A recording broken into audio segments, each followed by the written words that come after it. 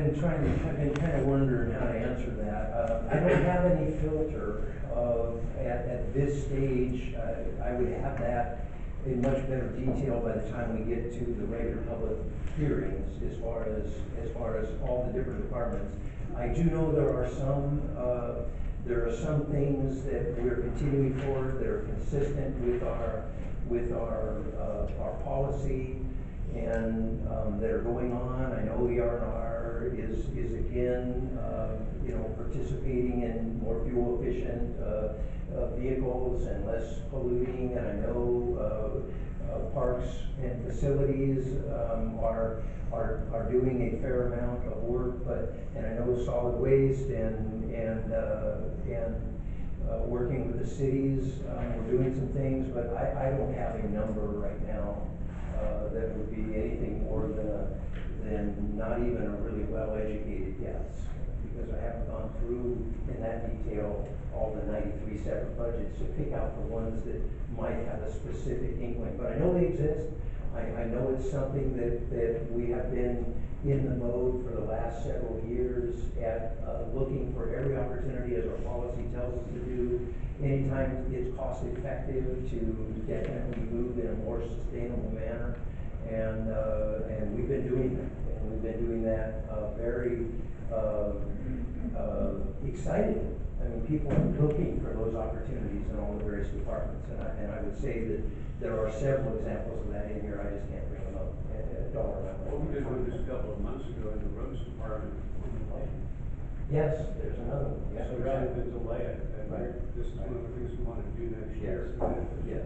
So there are several of those things, but I can't put a number right now with any accuracy. And you meet with folks, you can ask them if there's any areas they want to highlight.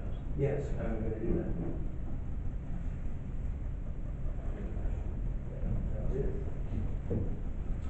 Okay. Suppose we need a motion to accept the presentation of the preliminary budget. Move to accept the presentation of the preliminary 2017 confident budget. Okay, secondly, one final question from the administrator. In recent years, it has not been all that uncommon, and actually it's interesting to get your preliminary roll-up budget the last 2 or 3 years, just how far it was out of balance the first in September and where it ended up in December to show folks. Sure. It's fairly common, and I think your numbers of Yeah, I keep a spreadsheet roll of that every year. so that actually might be good to have a follow-up, make that public document. So Okay. Kind of says, and make sure you get that to the 2 new commissioner candidates, because they're gonna read this in the newspaper and probably not get to go through, so. Yeah, no problem. I can have that. I'll update that, and I've got it back from when I started, and I'll update it for this year. I don't think this number is all that unusual. Oh, it's fine. No, 2.4 million is during times where we don't anticipate a big economic advantage in my time here, which has been 2009 to present, right? 2006, 7, 8 were all, the preliminary budgets were positive because we were anticipating significant growth, projections of new construction big time. 2009, 10, 11, 12, 13, 14, 15, 16, no. Every one of them, the preliminary budget has been anywhere from, I would guess, $1.7 million to $3.8 million upside down.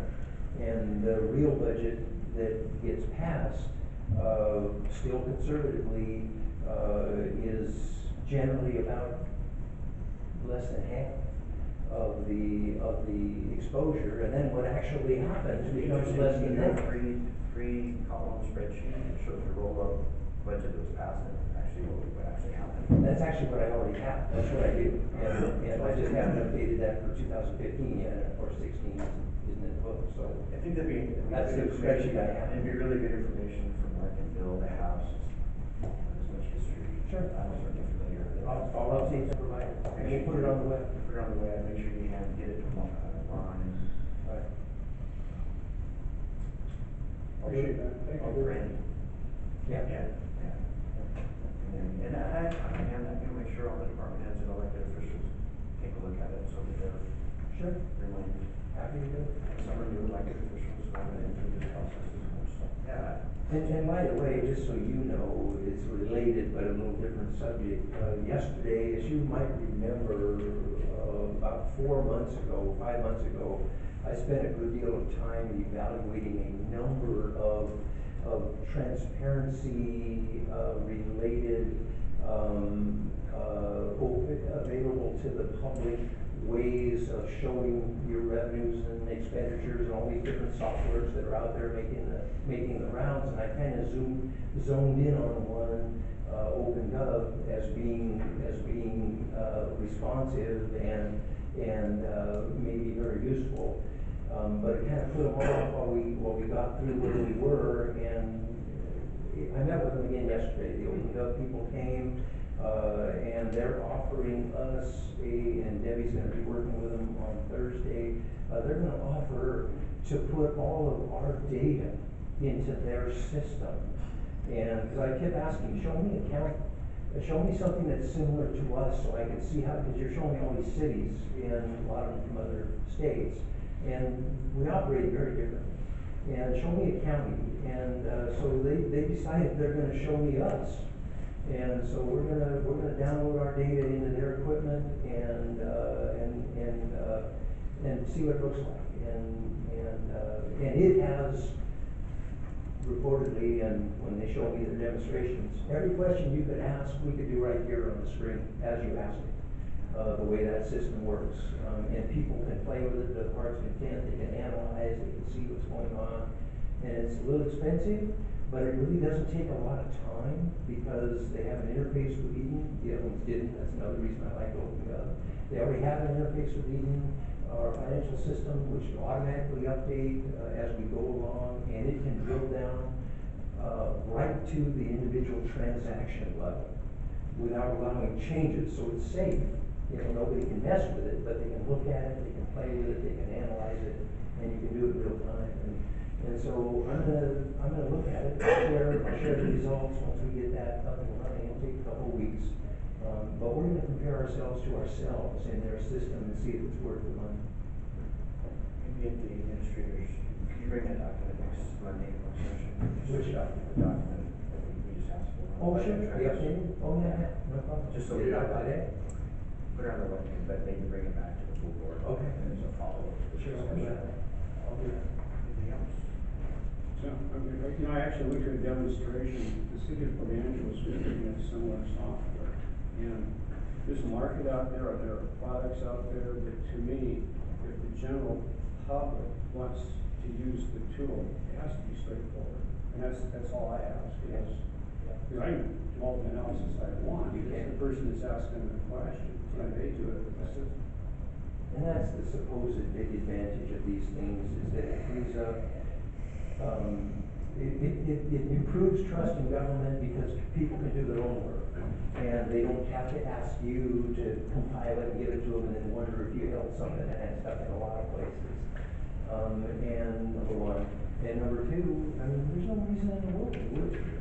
We are doing the public's business. There is nothing, especially money, that we're spending money on that in any way, shape, or form should be a secret to people.